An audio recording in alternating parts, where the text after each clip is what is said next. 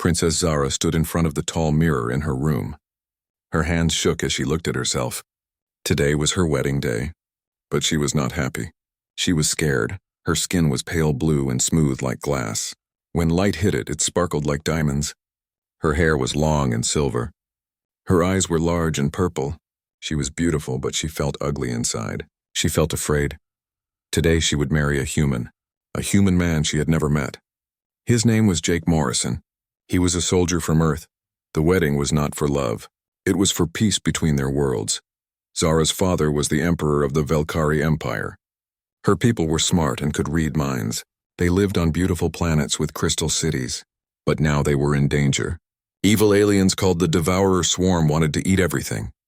They had already destroyed many worlds. The humans were good fighters. They were strong and brave in battle. But Zara's people thought humans were wild and mean. They called them barbarians. Stories said humans killed without mercy. They said humans were like animals. The peace treaty was simple. Zara would marry the human soldier. In return, humans would help fight the Devourers. It was a fair trade, but Zara felt like she was being sold. A soft knock came at her door. "Princess, it is time," said her servant Mari. Zara took a deep breath. She walked to the door with slow steps. Outside, guards in silver armor waited for her. They would take her to the wedding hall on Harmony Point. This was a space station between human and Velkari space. It was neutral ground. The walk to the wedding hall felt like walking to her death. The hallways were full of people from both races. Humans wore dark uniforms with lots of medals. Velkari wore flowing robes that changed colors with their moods. Right now, many Velkari robes showed fear and worry. Zara entered the great hall. It was huge and round with a glass ceiling that showed the stars. On one side sat the Velkari guests. Their skin glowed softly in the dim light. On the other side sat the humans. They looked dark and serious in their uniforms. At the front of the hall stood two men. One was her father, Emperor Thalvin. He was tall and thin with kind eyes. Next to him stood a human woman in a blue uniform. She had short gray hair and looked very important. This was Admiral Lisa Carter. Between them was an altar made of both crystal and metal. It was a symbol of the two worlds coming together. Then Zara saw him. Jake Morrison stood next to the altar. He was tall and strong with broad shoulders. His hair was dark brown and cut short. His skin was tan from being in the sun. He wore a black uniform with gold buttons and many ribbons. But what made Zara's heart beat fast were his scars. A long scar ran down his left cheek. Another crossed his forehead. His hands had many small scars. These were the marks of a warrior, the marks of someone who had killed. Jake's eyes found hers across the room. They were dark brown, almost black. When he looked at her, Zara felt cold. His stare was intense and focused. It reminded her of a predator watching prey. She wanted to run away. The ceremony began. A priest from each world spoke words of blessing. Zara barely heard them. She was too busy trying not to shake. Jake stood perfectly still like a statue. His face showed no emotion. "Do you, Princess Zarathul of the Velkari Empire, take this human as your husband for the good of both our peoples?" asked the Velkari priest. Zara's mouth was dry. "I do," she whispered. "Do you, Lieutenant Commander Jake Morrison of the Terran Federation, take this princess as your wife for the good of both our peoples?" asked the human priest. Jake's voice was deep and rough. "I do." They exchanged rings. Jake's hands were much larger than hers. When he slipped the ring on her finger, his touch was gentle. But Zara still shivered. She had heard that humans were very strong enough to break bones with their bare hands. The priest declared them married. The crowd clapped, but it sounded forced. No one was really happy about this wedding. Jake leaned down to kiss her. It was tradition for both their peoples. Zara closed her eyes and waited. His lips touched hers for just a moment. They were warm and soft. Not what she expected from a killer. After the ceremony, there was a big dinner. Zara sat next to Jake at the head table. She tried to eat, but her stomach felt sick. Jake ate in silence. Sometimes she felt him looking at her, but when she turned, he was looking away. "Are you all right?" Jake asked quietly. His voice was gentler than before. Zara nodded quickly. "Yes, I am fine," but she was not fine. Every time he moved, she jumped a little. When he reached for his water glass, she thought he might grab her. When he cut his meat with his knife, she imagined him using that same knife on enemies in battle. Admiral Carter stood up to make a speech. Today marks a new beginning for our peoples. Together we will face the darkness that threatens us all. Together we will win, everyone clapped. But Zara noticed that some humans and some Velkari did not look happy. She could feel their angry thoughts. Many people on both sides did not want this marriage or this alliance. After dinner, Jake walked Zara to her new quarters on the ship that would be their home. The UFS Starbridge was a joint vessel with both human and Velkari crew members. "These are your rooms," Jake said, stopping at a door. "Mine are next door. You have privacy if you need it." Zara was surprised. She had expected him to demand his rights as a husband. Instead, he was giving her space. "Thank you," she said softly. Jake nodded. "Good night, princess." "You can call me Zara," she said. "Good night, Zara." She went into her room and locked the door. Then she sat on the bed and cried. She was married to a human warrior, a man who had killed many people, a man whose dark eyes seemed to see right through her. What would happen to her now? Would he be kind or cruel? Would he protect her or hurt her? She did not know, and that scared her most of all. Outside her door, she could hear Jake's footsteps as he went to his own room. Tomorrow they would start their new life together. But tonight Zara could only think about all the stories she had heard about humans. Stories about their anger, their violence, their lack of mercy in battle. She pulled her knees to her chest and shivered. What had she gotten herself into? 3 days had passed since the wedding. Zara had barely left her room. She ate her meals alone and spoke to no one except her servant Mari. But Mari was not on this ship. Zara was truly alone among strangers. A knock came at her door. "Zara, it's Jake. We need to talk." Zara's heart jumped. She had been avoiding him since their wedding night. "I am busy," she called through the door. "Please." "It's important." She opened the door just a little. Jake stood there in his gray work uniform. He looked tired. "What do you want?" she asked. "We're having a meeting about ship duties. You're part of the crew now. You need to come." Zara did not want to go, but she knew she had to. She was a princess and she had duties. "I will come," she said. The meeting room was full of both humans and Velkari. Zara sat in a corner trying to be invisible. Jake sat at the head of the table next to Captain Ryan Brooks, the ship's commander. "We need to work together," Captain Brooks said. "This ship has crew from both worlds. We must learn to understand each other." A human man with dark skin raised his hand. "I'm Chief Engineer Ben Martinez. I've been working with the Velkari engineers. Their technology is amazing, but we do things very differently." A Velkari woman with blue-green skin nodded. "Yes, humans are very direct. They say exactly what they think." "This is strange for us," Jake spoke up. "We need to be direct. We're going to fight the Devourers soon. In battle, there's no time for polite words." When Jake talked about fighting, his voice got harder. His eyes got that intense look again. Zara shrank back in her chair. She could feel his anger and determination. It scared her. A human woman with red hair turned to Zara. "I'm Communications Officer Amy Walsh. We'd love to learn more about Velkari culture. Could you teach us?" Zara's voice was very quiet. "I suppose I could try." After the meeting, Jake walked with her toward their quarters. "You barely spoke in there," he said. "I had nothing to say. You're a princess. These people want to know you. They want to trust you." Zara stopped walking. "And what about you? Do you trust me?" Jake looked confused. "Of course I do. Why wouldn't I? Because I am not human. Because you do not know me. That's why we need to get to know each other." But Zara was already walking away. She did not understand him. He seemed to want her friendship, but she had seen his warrior side.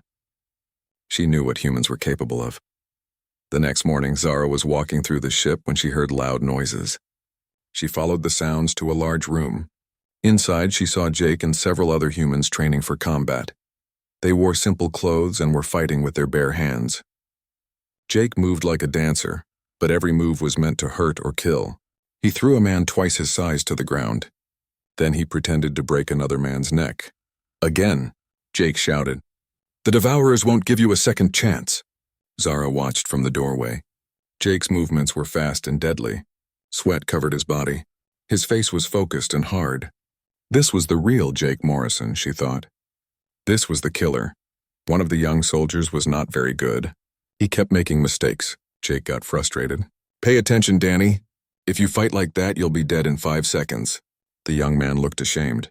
"Sorry, sir." Jake's voice got louder. "Sorry won't save your life." Sorry won't save your friends. You need to be better. Zara saw the anger in Jake's eyes. She imagined him looking at her the same way. She imagined those strong hands around her throat. She ran away before anyone could see her. That night at dinner, Zara sat with some Velkari crew members. They spoke in their own language, but she knew Jake could not understand them. The human warriors are very violent, said Engineer Colon. They enjoy fighting. Yes, agreed Navigator Palandra. And their leader, the one married to our princess, he is the worst. I have heard stories about him. Zara's food turned cold as she listened. They say he killed 300 Devourer soldiers by himself, Palandra continued. They say he enjoys the killing. Poor Princess Maya, whispered Colon. To be married to such a beast. Zara excused herself and went to her room. She locked the door and sat on her bed. The stories about Jake kept getting worse. 300 kills? How could anyone kill that many beings and still sleep at night? Later, she heard Jake come back to his room next door. The walls were thin and she could hear him moving around. She heard water running. She heard him talking to someone on his communication device. Yes, Admiral Carter. Jake's voice came through the wall. The crew is working well together. No major problems? Yes, my wife is fine. She's just adjusting. I understand the mission comes first, ma'am. Mission comes first. Those words made Zara feel cold. Was she just part of his mission? Was their marriage just another duty for him to complete? The next day, alerts sounded throughout the ship. Zara ran to the command center with everyone else. On the big screen, she saw ships she had never seen before. They were black and ugly with sharp edges. Devourer scouts, Captain Brooks announced. 3 ships.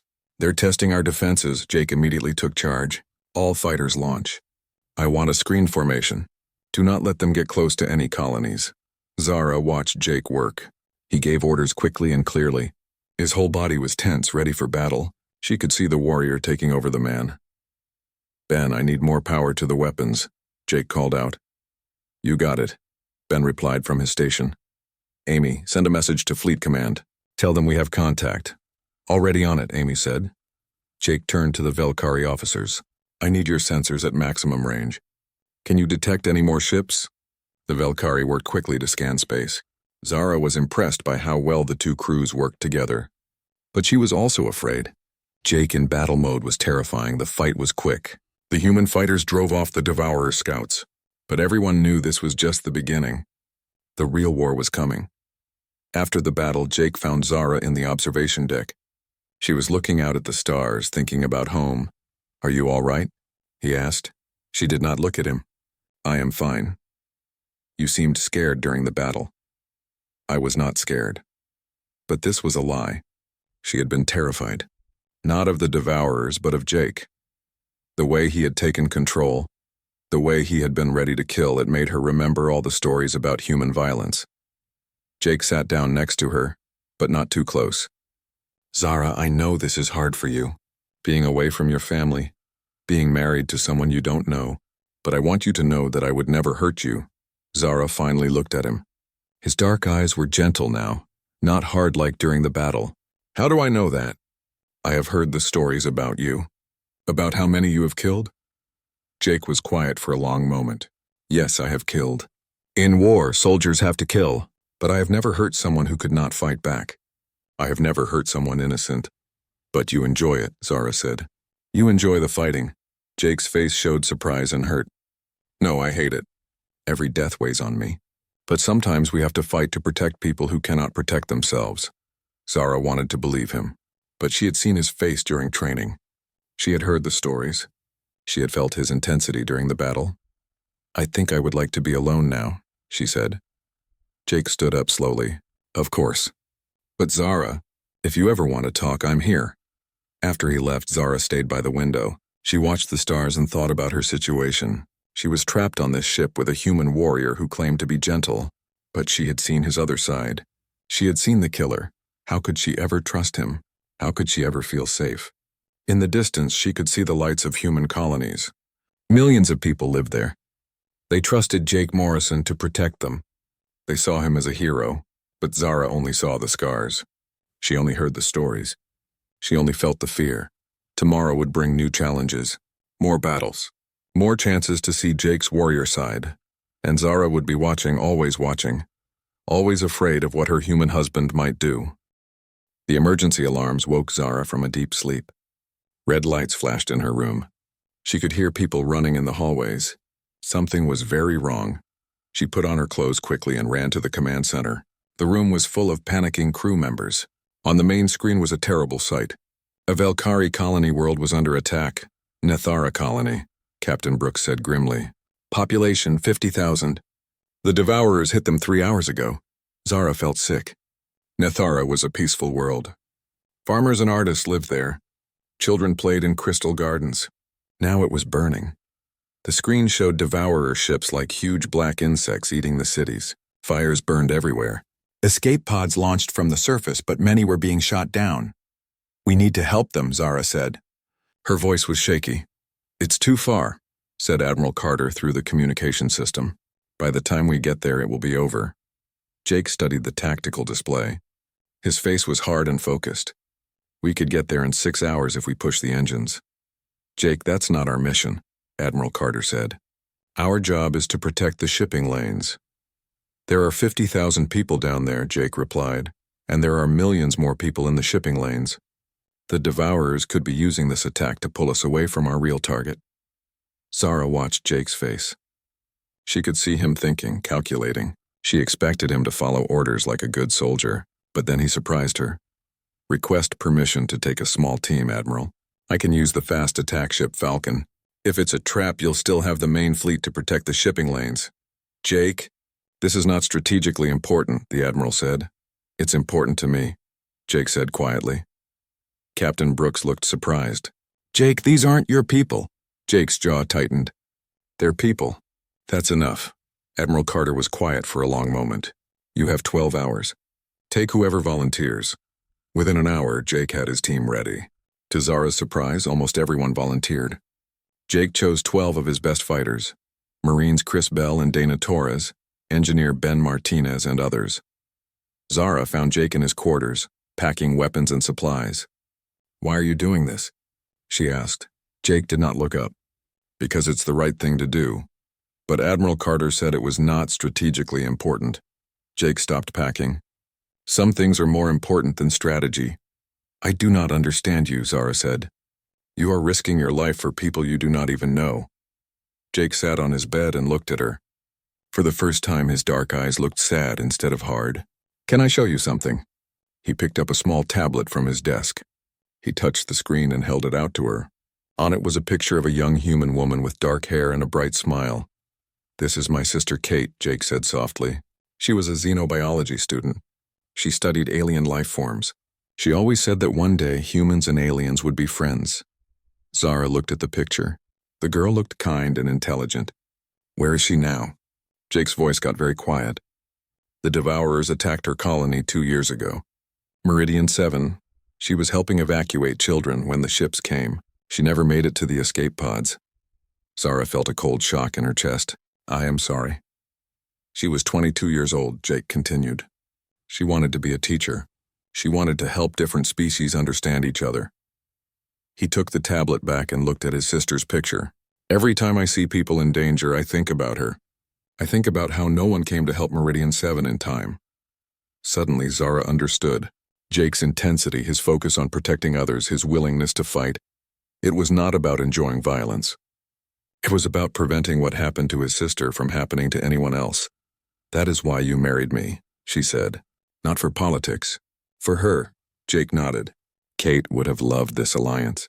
She would have been so excited to meet your people, to learn about your culture. I want to make the peace she dreamed of. For the first time since their wedding, Zara felt something other than fear when she looked at Jake.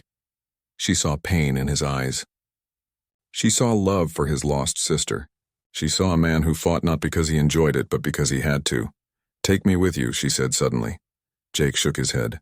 No, it's too dangerous. I can help. I can speak to my people telepathically. I can guide you to the survivors. Zara, if something happened to you, the alliance would fall apart. If you die trying to save my people, it will fall apart anyway, she said. Jake stared at her for a long moment. Then he nodded. Stay close to me. Do exactly what I say. The journey to Nethara took 5 hours. Zara sat in the co-pilot seat next to Jake. She watched him plan the rescue mission. He was calm and professional, but she could feel his determination. "We'll go in fast and low," Jake explained to his team. "The Devourers will be focused on the main cities. We look for survivors in the outer settlements." When they reached Nethara, the sight was horrible. The once beautiful crystal cities were broken and burning. Devourer ships moved like vultures over the ruins. "I'm reading life signs," Ben reported. "Southwest continent. Looks like about 300 survivors hiding in caves." Jake piloted the ship through the atmosphere. Devourer fighters came after them immediately. The small ship shook as enemy weapons hit the shields. "Dana, Chris, return fire," Jake ordered. "Ben, give me more power to the engines." The ship dove toward the planet's surface. Jake's flying was incredible. He dodged between mountains and through canyons. Several times Zara thought they would crash, but Jake always pulled them through. They landed near the caves where the survivors were hiding. Jake and his team ran out with their weapons ready. Zara followed, her heart beating fast. The caves were full of scared Velkari civilians. Men, women, and children huddled together in the darkness. When they saw humans with weapons, they cried out in fear. "It's all right," Zara called to them in the Velkari language. "These humans are here to help." An elderly Velkari man came forward. "Princess Zara, what are you doing here?" "We came to rescue you," she said. "Follow us to our ship." But as they led the survivors out of the caves, Devourer ground forces found them. The ugly alien creatures came over the hills like a black wave. They had too many teeth and claws, and they moved fast. "Defensive positions," Jake shouted. The humans spread out and started shooting. Their weapons made bright flashes in the growing darkness.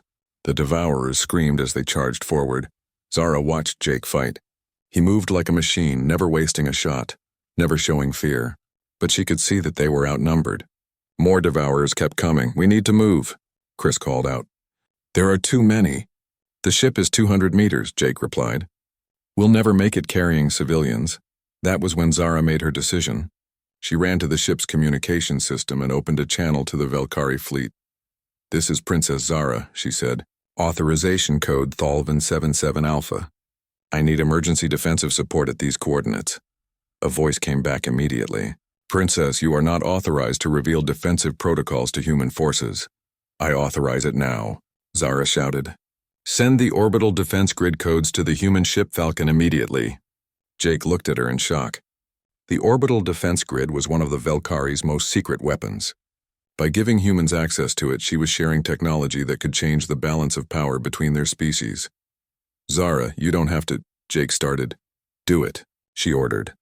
Moments later, beams of energy came down from space. The Velkari orbital weapons hit the Devourer forces with perfect accuracy. The enemy aliens were destroyed in seconds. The rescue was successful. All 300 survivors made it safely to the ship. As they flew away from Nethara, Zara sat quietly in her seat. Jake came over to her. "You gave us access to your most advanced weapons. Your people will be angry." "Let them be angry," Zara said. "Those weapons were meant to protect my people." "That is what they did. But now humans know how they work." Zara looked at him. "You could have taken that information and used it against us. Instead, you used it to save lives. That tells me everything I need to know about you." Jake sat down next to her. "I'm not the monster you thought I was?" Zara was quiet for a moment. "No, you are not a monster. You are a man who lost someone he loved, a man who fights to protect others from the same loss." For the first time since their wedding, Jake smiled at her. It was a small smile, but it was real. "Thank you for trusting me. Thank you for showing me who you really are," Zara replied. As they flew back to the Star Bridge, Zara thought about everything that had happened. She had been wrong about Jake. His intensity was not about violence, it was about protection. His hard stare was not meant to frighten her. It was the look of a man always watching for threats to the people he cared about. She thought about his sister Kate, who had dreamed of peace between species. Maybe that dream was not impossible. Maybe it was starting right here, right now, between a human warrior and an alien princess who were learning to trust each other. The rescue mission had saved 300 Velkari lives, but more importantly, it had saved something else, the beginning of understanding between Zara and Jake. For the first time since their wedding, Zara was not afraid of her husband. She was starting to see the man behind the warrior. After the rescue at Nethara, things changed between Zara and Jake. She no longer ran away when he came near. She no longer jumped when he moved too quickly, but they were still like strangers living in the same house. One evening, Zara was walking through the ship when she heard voices from the recreation room. She looked inside and saw Jake sitting with some of the crew members. They were sharing stories and laughing. "Tell us about Earth, Jake," said Amy Walsh. "What's it like?" Jake smiled. "Earth is beautiful. Blue oceans, green forests, white clouds. My hometown is called Cedar Falls. It's a small place with a river running through it." Ben Martinez leaned forward. "Did you always want to be a soldier?" Jake's smile faded a little. "No, I wanted to be a teacher like my father. But when the Devourers attacked human colonies, I knew I had to fight." "What about your family?" asked Dana Torres. "My parents died when I was young," Jake said quietly. "Car accident. My sister Kate and I raised each other. She was the smart one. I was just the big brother who tried to keep her safe." Zara felt her heart hurt for him. She had not known he was an orphan. She had thought all humans had big families. "She would be proud of you," Chris Bell said. "You've saved a lot of people." Jake shook his head. "I couldn't save her. That's all that matters." The room got quiet. Zara could see the pain in Jake's eyes. Even though he had saved hundreds of people, he still blamed himself for not saving the one person who mattered most. Later that night, Zara knocked on Jake's door. "May I come in?" Jake opened the door. He looked surprised. Of course, his room was simple and clean. On his desk was the picture of his sister Kate. Next to it were some books and a small plant in a pot. "You have a plant," Zara said. Jake looked embarrassed. "Kate gave it to me before she went to Meridian 7. She said it would remind me that beautiful things can grow even in space." Zara touched the plant gently. It had small white flowers. "It is lovely. What is it called?" "A lily, Kate's favorite flower." Jake sat on his bed. She used to say that lilies grow in the darkest places but still reach toward the light. Zara sat in the chair by his desk. "Tell me more about her." Jake's eyes lit up. She was amazing. Always reading, always learning. She could speak 5 human languages and 3 alien ones. She was working on learning Velkari before she... He stopped. "Before she died," Zara finished gently. "Yes. She had Velkari language books in her room. She was so excited about the possibility of meeting your people someday." Zara felt tears in her eyes. "I wish I could have met her." "She would have loved you," Jake said. "She always said that understanding comes from seeing past the surface. She could see the good in everyone, even in soldiers like you." Jake laughed softly. "Especially in soldiers like me.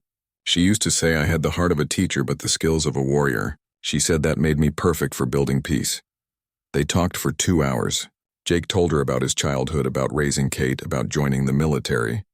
Zara told him about growing up as a princess, about the pressure to be perfect, about her fear of disappointing her people. "I was always afraid," Zara admitted. "Afraid of making mistakes, afraid of not being strong enough to lead." "You are stronger than you think," Jake said. "What you did at Nathura, sharing your technology to save lives, that took real courage."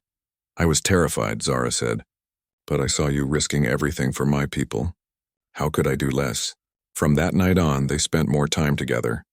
Jake showed her how the ship worked. Zara taught him basic Velkari language. They ate meals together and talked about their worlds. Zara learned that Jake remembered everyone's birthday. He sent messages to the families of his crew members. He kept pictures of all the people he had saved over the years. He was not the cold warrior she had thought. He was a man who cared deeply about others. Jake learned that Zara was smarter than most people realized. She understood technology, politics, and military strategy. She had studied human culture for years before their marriage. She was not the helpless princess he had expected. She was a leader in her own right, but their growing friendship caused problems. Some humans did not like seeing their war hero getting close to an alien. Some Velkari thought their princess was forgetting her duty to her own people. Senator Frank Adams sent angry messages from Earth. "Morrison is getting too attached to the alien. It could compromise his judgment." On the Velkari homeworld, Noble Kethamore spread rumors. "The princess has fallen under human influence. She cannot be trusted to represent our interests." Captain Brooks called Jake to his office. "Jake, I'm getting pressure from both sides. Some people think you're getting too close to your wife." Jake's face got hard. "My relationship with Zara is helping this mission succeed. Our crews work better together now. I know that. But politics is politics. Maybe you should keep some distance. No, Jake said firmly. Zara and I are building trust between our peoples. That's more important than politics. Meanwhile, Zara received messages from her father. Daughter, I hear you are spending much time with the human. Remember, this marriage is for our people's benefit, not for personal feelings. But Zara did not want to keep distance from Jake anymore. For the first time in her life, she had a friend who saw her as a person, not just a princess. Someone who valued her thoughts and opinions. One day, they were working together on a new defense plan. Jake's military knowledge combined with Zara's understanding of Velkari technology created something neither could have made alone. This could work, Ben said, looking at their plans. If we modify the shield generators this way, we can stop Devourer weapons completely. Amy nodded. And if we use Velkari sensors with human targeting systems, we can hit enemies from twice the normal range. The combination of human and Velkari technology was making their ship much stronger. Other crews began asking for copies of their innovations, but success brought new dangers. Kethamor sent a secret message to some Velkari crew members. The princess is giving away our secrets to the humans. Soon they will not need us anymore. They will turn our own weapons against us. Some crew members began to whisper among themselves. They watched Zara and Jake work together, and they grew suspicious. One night, Zara found Jake on the observation deck. He was looking out at the stars, thinking. You seem worried, she said, sitting next to him. I am. We're getting reports that some people don't like our cooperation. They think we're betraying our own species. Zara sighed. I know, I hear the whispers too. But what we are doing is right. We are building the future your sister dreamed of. Jake turned to look at her. Are you happy, Zara? With this marriage, with this life?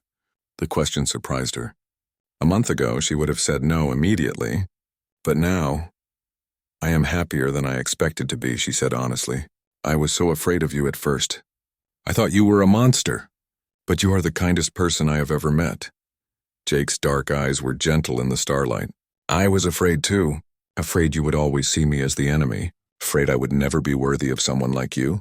Worthy? Jake, you risk your life every day to protect people. You carry the weight of everyone's safety on your shoulders. You are the most worthy person I know.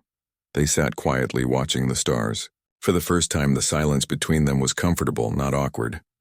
Jake, Zara said softly, what are we becoming? He was quiet for a long moment. I think we're becoming what Kate always said was possible. Two people from different worlds who choose to trust each other. Is that enough? With all the pressure from our peoples? Jake took her hand gently. His touch was warm and reassuring. It has to be enough.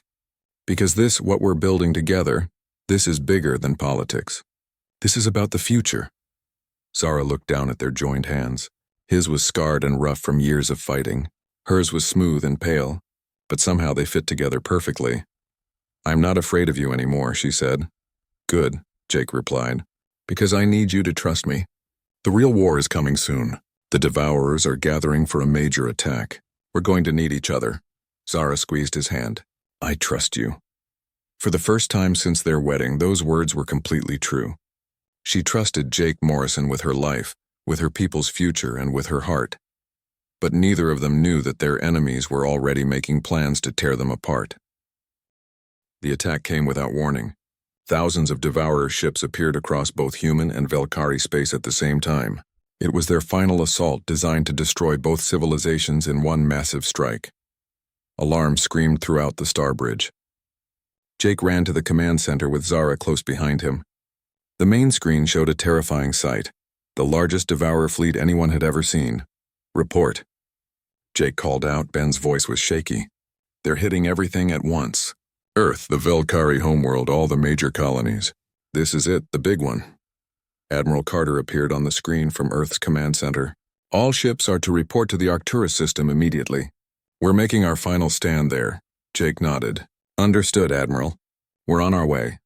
But as the ship prepared to jump to hyperspace, Kethamor made his move.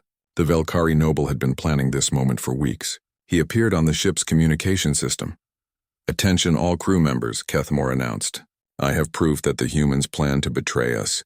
Jake Morrison has been sending our defense plans to Earth Command. They will use our own weapons against us. Zara felt her blood turn cold. That is not true.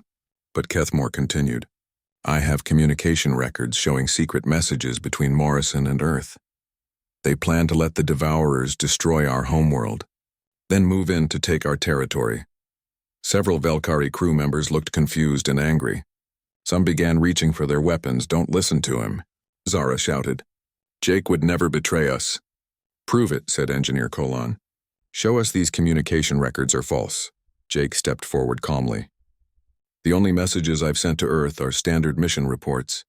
Everything I've done has been to protect both our peoples. Words are easy, Colon replied. Kethmore has evidence. The ship's crew was splitting into two groups. Humans on one side, Velkari on the other. Trust was breaking down just when they needed it most. That was when Zara made the most important decision of her life. She walked to the center of the room and activated the ship's main communication system. This is Princess Zarathul, she announced. I am speaking to all crew members, both human and Velkari. The room went quiet. Everyone listened. For weeks I have worked beside Jake Morrison. I have seen his plans, his messages, his heart. Kethmore's accusations are lies. Princess, Colon said carefully. How can you be sure? Zara's voice got stronger. Because I love him. The words surprised everyone, including Jake. She had never said them before. I love Jake Morrison, she continued. Not because I was ordered to marry him, but because I have seen who he truly is. He is a man who risks everything to protect others. He is a man who honors his sister's memory by building peace. He is a man who would die before betraying the trust we have given him. Jake stared at her in amazement. The Velkari crew members looked shocked. Even some humans seemed surprised. I stake my honor as a princess of the Velkari Empire on this truth, Zara declared. Jake Morrison is not our enemy. He is our hope. Kethmore's voice came through the speakers again. The princess has been fooled by human deception. She cannot think clearly.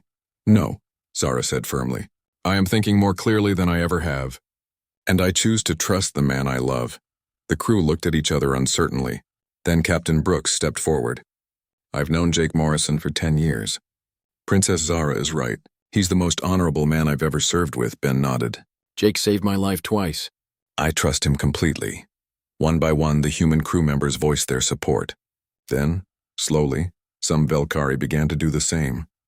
The princess speaks truth, said Navigator Pelandra. I have seen how Morrison fights to protect our people. The mutiny was over before it really began. But they had lost precious time. The Devourer fleet was already engaging human and Velkari forces at Arcturus. Jump to hyperspace, Jake ordered. Maximum speed. The trip to Arcturus took 3 hours. When they arrived, the battle had already begun. The combined human and Velkari fleets were fighting desperately against impossible odds. Ships exploded in bright flashes across the darkness of space. My God, Amy whispered. There are so many of them. The Devourer fleet was like a black cloud covering the stars. Thousands of ugly ships moved in perfect formation. They were winning. All ships, this is Admiral Carter, came the voice over the radio. We're taking heavy losses. Fall back to defensive positions. Jake studied the tactical display. His face was grim. We can't win this way. We're fighting their kind of battle. What do you mean? Zara asked. The Devourers are organized like a hive mind. They work together perfectly. But that's also their weakness. Jake's eyes got the intense look Zara remembered from their first meeting. But now she understood what it meant. He was not thinking about violence. He was thinking about protection, about winning, about survival. If we can disrupt their command ship, the whole fleet will be confused, Jake explained. But it would be a suicide mission. The command ship is in the center of their formation, protected by hundreds of fighters. I will go with you, Zara said immediately. No. If something happens to me, the Alliance needs you to survive. If something happens to you, I do not want to survive, Zara replied. Jake looked at her with such love and pain that her heart almost broke. Zara, we do this together, she said firmly. Your tactical skills and my telepathic abilities.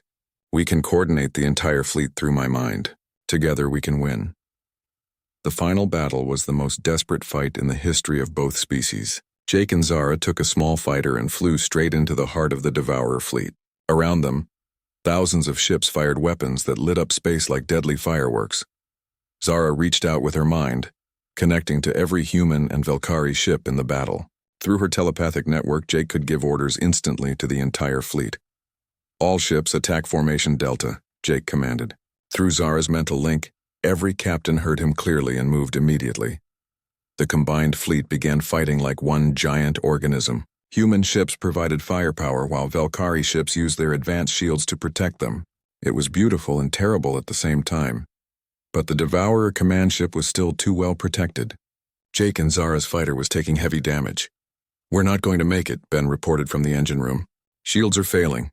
Jake looked at the tactical display one more time. The command ship was right in front of them, but they would never survive a direct attack. "Ramming speed," Jake ordered quietly. "Jake, no." Zara grabbed his arm. "There has to be another way." "There is no other way. But you can still escape. Take an escape pod. I will not leave you." Jake turned to look at her. His dark eyes were full of love and determination. "Zara, I need you to live. You have to lead our peoples into the future Kate dreamed of." "Our peoples," Zara said. "You said our peoples. Not yours and mine, ours. Yes, they are our peoples now. Our children will grow up in peace because of what we do here." Children. Jake was talking about children they might have together. A future they might build, but only if they survived. "Wait," Zara said suddenly. "I have an idea." She reached out with her telepathic abilities as far as she could. Not just to the human and Valkyrie ships, but to the Devourer command ship itself. The Devourers had a hive mind, but hive minds could be confused. Zara sent them images of victory, making them think they had already won. For just a moment, their coordinated attack faltered. "Now!" she shouted. Jake fired everything they had at the command ship. The weapons hit perfectly, destroying the Devourer leadership. Across the battlefield, enemy ships began flying in circles, confused and lost. The combined human and Valkyrie fleet pressed their advantage. Within an hour, the great Devourer fleet was destroyed. The war was over. 3 months later, Jake and Zara stood together on the observation deck of the new space station Harmony 2. Through the windows, they could see ships from both their worlds working together to build a permanent base. "The first mixed colony will be ready next year," Zara said, reading from a report. "Humans and Valkyrie living together, sharing technology and culture." Jake smiled. "Kate would be so happy. She would be proud of you," Zara said. "You built the peace she dreamed of." "We built it," Jake corrected. "Together." Zara leaned against him, feeling safe and loved. "I was so afraid of you at first." "I know. I could see it in your eyes. And now," Jake turned to face her. His dark eyes were gentle and warm. "Now when I look at you, I see my future. I see hope. I see love," Zara smiled. "When I look at you, I no longer see a warrior. I see a protector. I see a man who fights not because he enjoys it, but because he loves others enough to keep them safe." They kissed as the stars shone around them. In the distance, human and Valkyrie children played together on the new colony worlds. The future Kate Morrison had dreamed of was finally coming true. Admiral Carter and Emperor Thulvin signed the final peace treaty that day. But the real treaty had been signed months earlier, in the hearts of a human soldier and an alien princess who learned to trust each other. Their love had bridged 2 worlds. Their courage had saved 2 civilizations, and their children would grow up in a galaxy where differences were celebrated, not feared. Jake Morrison had spent years fighting to protect others. Now he had found someone worth living for. Zara Thul had spent her life being afraid. Now she had found someone who